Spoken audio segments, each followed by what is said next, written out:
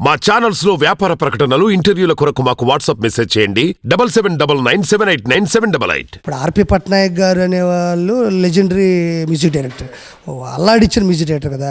అలాంటి వ్యక్తి నాకు చంద్రబోస్ గారికి 3 సార్లు పంపించా, 2 times. చంద్రబోస్ గారికి వెళ్ళింది, రామ్ చరణ్ గారికి, చిరంజీవి గారికి అండ్ ఉపాసన గారికి వెళ్ళింది. సో అంటే మనం పంపించేసినాము అనే ఉద్దేశం కాదు, వాళ్ళకి వెళ్ళింది కదా, ఇంకా జాగ్రత్తగా చేయాలి మనం.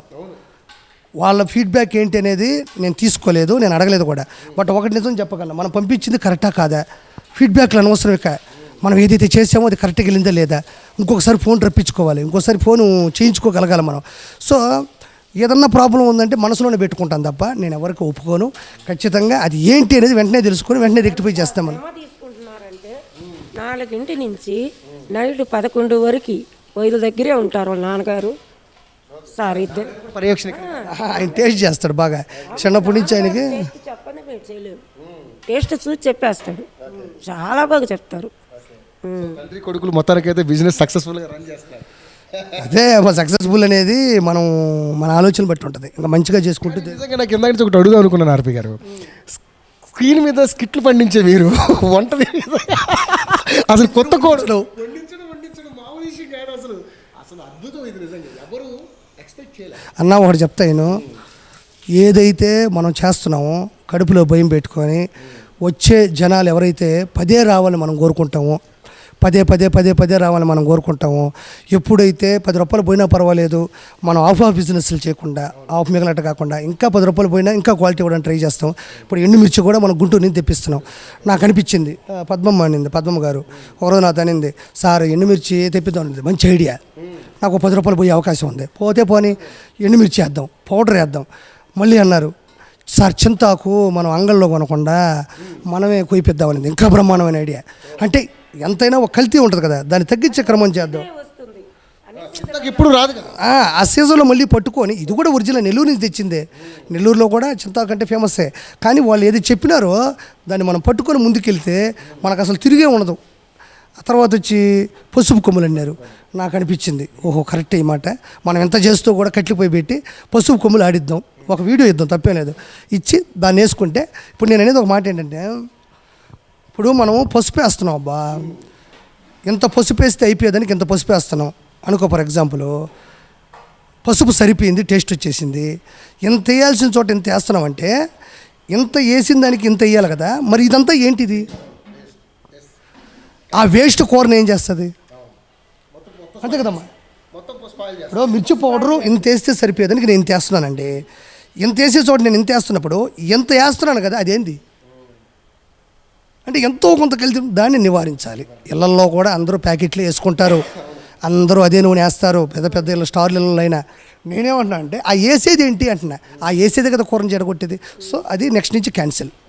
పసుపు కొమ్ములు వేసేస్తాం. ఇంకా చేసేది ఏముందండి, కరివేపాకు ఫ్రెష్గా ఉంటుంది, కొత్తిమీర ఫ్రెష్గా ఉంటాయి, చేపలు ఫ్రెష్గా ఉంటాయి. ఇవి 2 మార్చే విధానం. ఆయిల్ ఇది వేస్తే బాగుంటుందండి అన్నారు, ఇంకా ఆయిలే వేస్తాం. నెల్లూరి పెద్దారెడ్డి చేపల పులుసుతో అంటే స్క్రీన్ మీద నేను నటించినా కూడా అదొక పార్ట్, నేను నిరూపించుకోగలిగాను, అద్భుతమైన స్కిట్లు ఇచ్చాను. సో నేను ఫస్ట్ నుంచి నేను కిచెన్, తర్వాత నేను వంటలు అంటే నాకు ఇష్టం కాబట్టి 10 మందికి అన్నం పెట్టాలి, 10 మందికి వండి పెట్టాలనే ఒక థాట్ నుంచి ఫస్ట్ నుంచి ఉన్నాను.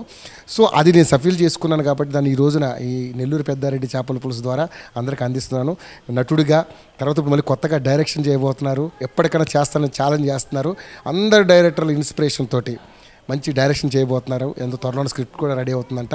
సో చూద్దాం, ఇలా ఆర్పి గారు ఎక్కడి నుంచో వచ్చి మన కళ్ళ ముందు ఎదిగారు. నిజంగా ఈయన్ని చూసి మనందరం కూడా ఇన్స్పైర్ అవ్వాలి. ఈరోజు ఇంత పెద్ద బిజినెస్కి ఆయన అంకురార్పణ చేసి సక్సెస్గా ముందుకు దూసుకెళ్తున్నారు కాబట్టి సో ఇలాంటి విజయాలు ఈయన ఖాతాలు ఎన్నో పడాలి. ఇది బిజినెస్ పరంగా కాకుండా అలాగే విధంగా డైరెక్షన్ పరంగా, తర్వాత విధంగా ఆర్టిస్ట్గా ఇప్పటికి ఇంకా కోరుకుంటున్నారు స్కిట్లకు రమ్మని. ఇంకా మరి ఈ మధ్య ఫారెన్ అవకాశాలు ఏమి రాలేదు? నేను ఎప్పుడు వెళ్ళలేదండి, అంటే వెళ్ళింది కాదు నేను చెప్పేది, ఈ మధ్యన అసలు వాడి జోలికి నేను వెళ్ళలేదు.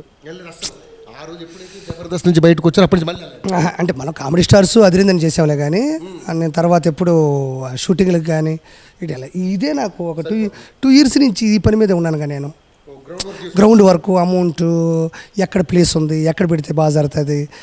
సో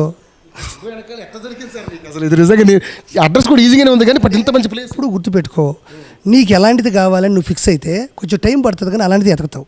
అలాంటిదే దొరుకుతుంది. ఇప్పుడు నువ్వు ఫిక్స్ అవ్వాలి కదా, నాకు కిచెన్ కావాలని ఉందా, నీకు ఇలా చెట్లుండి కిచెన్ కావాలని ఉందా అని నువ్వు ఫిక్స్ అవ్వు. ఇప్పుడు నాతో ఇంటర్వ్యూ చేయాలని నువ్వు ఫిక్స్ అయ్యావు కాబట్టి నా దగ్గరకు వచ్చావు. పోతే పోతుందిలే, జరిగితే జరుగుతుంది అనుకుంటే అవ్వదుగా. నాతో కూడా సత్య మా సత్యన్న చెప్పాడు, వాళ్ళు చాలా బాగా చేస్తున్నారు ఇంటర్వ్యూ అనగానే నాకు కూడా ఒక ఓహో బాగా చేస్తున్నారా అని అనిపించింది. అది ఎట్లా వచ్చింది, నువ్వు చేయాలని గోల్ నుంచి వచ్చింది అంతే. Thank you sir. సో మొత్తానికైతే సక్సెస్ కొట్టారు. అవును. సో ఇంకా ఇలాంటి విజయాలు చేయాలి. నిజంగానే మీరు అనుకున్నవన్నీ సఫిషియెంట్గా నెరవేర్చుకుని ఇలాంటి బిజినెస్లు ఇంకొక 4 పెట్టాలని నేను కూడా మనస్ఫూర్తిగా కోరుకుంటున్నాను. బనికొండ వర్క్ ఒకటి జరుగుతుంది. రెండోది ఇంకేమన్నా మిస్టేక్స్ ఉన్నాయా కిచెన్లో? అంతకుముందు ఇది స్ట్రైట్గా ఉండేది. కొంతమంది వీడియోలో చూస్తే ఇది ఉంది కదా, ఇది స్ట్రైట్గా ఉండేది, ఇది క్లోజ్ ఉండేది. గమనించట్లేదు, ఇదంతా ఒకటే ఉండేది. అప్పుడు మాకేమనిపించింది అంటే ఈ కట్లు పెట్టినప్పుడు ఒకసారిగా మండడం, హెచ్చు తగ్గులు రావడం, ఒకదాని కింద మండి ఇంకో దాన్ని మండపోతే ఇంకో దాన్ని తీయడం అనిపించింది. ఇమీడియట్లీ అదే మొన్న 1 వీక్ టైం తీసుకున్నాను కదా రీఓపెనింగ్ ముందు, ఇదిగో ఇదంతా చూపించేసాను. ఇది ఈ పక్క కూడా చెప్పి స్పాట్ ఫట్ట పిలిపించి ఈ రాళ్ళు ఎట్టి తిప్పి ఈ ఐరన్ రాడ్ పెట్టి అప్పటికప్పుడు స్పాట్. ఇప్పుడు అసలు ఇబ్బంది లేదు, ఏ పొయ్యి కా పొయ్యి ఇంకెళ్తావు. ఇప్పుడు ఇది తీసేవనుకో పూర్తిగా అయిపోద్ది, బయటికి లాగేసుకోవచ్చు. దానివల్ల ఏమవుతుంది, నీకు స్టవ్ లాగా ఉంటుంది, సిమ్లో పెట్టుకోవచ్చు, పెంచుకోవచ్చు అంతే. సో మొత్తానికి 10 పొయ్యిలు కూడా ఫుల్ బిజీగా ఉంటాయి. ఓకే. సో ఒకసారి మనం చూద్దాము, మనం వండింది ఒకసారి చెక్ చేద్దామా? రండి. సో చింతాకు మెత్తళ్ళ పులుసు రెడీ అయిపోయింది. ఆర్పి గారు స్వయంగా మన పద్మమ్మ గారితో వండించారు. సో చూద్దాం ఇప్పుడు రెసిపీ ఎంత టేస్ట్గా రెడీ అయింది. స్పెషల్గా ఆర్పి పట్నాయక్ గారు ఆర్డర్ చేసి మరి వండించుకున్నారు. ఈయన దగ్గర ఇలాంటి సెలబ్రిటీస్ చాలామంది, చిరంజీవి గారితో సహా, రామ్ చరణ్ గారితో సహా అందరూ చాలామంది సెలబ్రిటీస్ ఇక్కడి నుంచి ఆర్డర్ చేసి వండించుకుని ఆర్పి బాగా చేస్తున్నారని చెప్పి చేయించుకుని తీసుకెళ్ళిన సందర్భాలు ఉన్నాయి. అది ఒక నిజంగా గొప్ప అచీవ్మెంట్. నిజంగా చూద్దాం ఇప్పుడు ఏంటి, ఎలా ఉండబోతుంది, ఏంటి టేస్ట్. అబ్బబ్బబ్బబ్బా గుమ్మగుమ్మలాడిపోతుంది. అద్భుతమైనటువంటి రెసిపీ.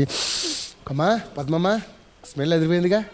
పద్మమ్మ మొత్తానికి ఇప్పుడు రెడీ అయిపోయినట్టు, ఇంకా రెడీ అయిపోయింది. దీన్ని ఇంకా తినేయడమే. ఇంకా నైట్కి తీస్తే చాలా బాగుంటుంది, రేపటికి ఇంకా టేస్టీగా ఉంటుంది, ఎల్లుండికి ఇంకా టేస్టీగా ఉంటుంది. 3 రోజులు ఏం కాదు అది. సో ఈ కర్రీ స్పెషల్ ఒకటి ఉండేది. ఇది ఇప్పుడు కాకుండా ఒక 4 hours తర్వాత తింటా టేస్ట్ ఉంటుంది.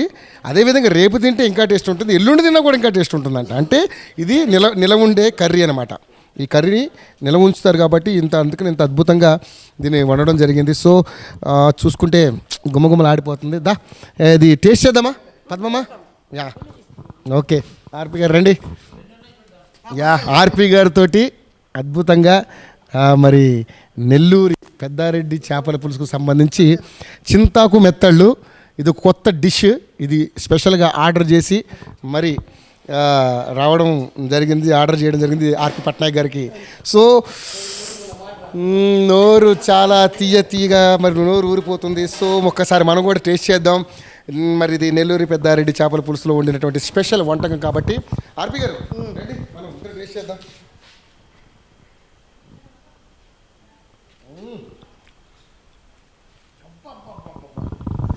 అమ్మ మదర్ ప్రామిస్గా అబద్ధం కాదు, అబద్ధాలు చెప్పాకు. అమ్మతో చెప్తున్నా, అమ్మ గుర్తొచ్చింది నాకు నిజంగా. అమ్మా